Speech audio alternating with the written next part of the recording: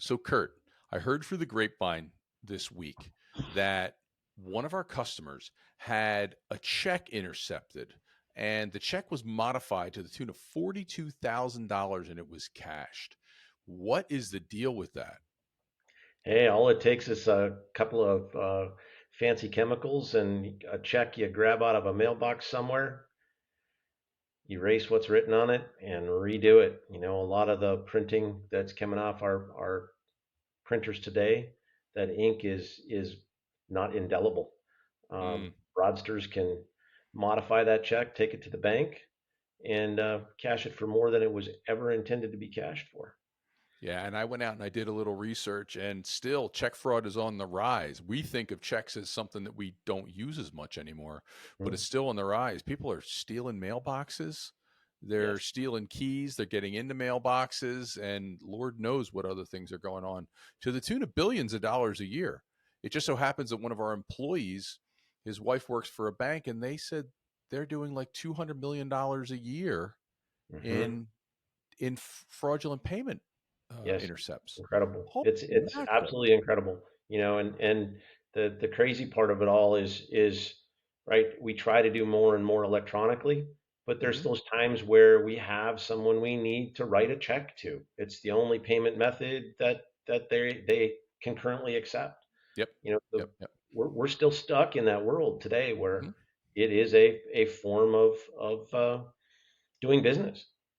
So, how did we help our customer? What's the solution? Well, the banks came up with a plan years ago in the sense that tell me about the checks you wrote, and I'll make sure that that check only clears for what you tell me. Different systems call it different things: positive pay, safe pay.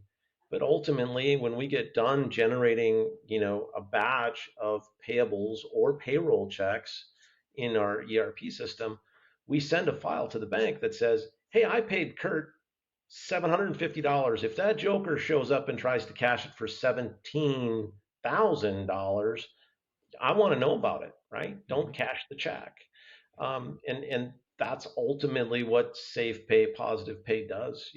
Microsoft has it in the GP product, it has it in the BC product, and it's quite simple actually to deploy. Uh, Talk to the bank. Bank tells us what that format needs to look like. The check number, the payee, the amount, the date. That file is submitted. Typically through a electronic means. Again, you log into the bank's website and put in your token, and away you go. Now anything that's presented outside of that range can't be cashed. Wrong payee, wrong amount, wrong date. They won't cash it.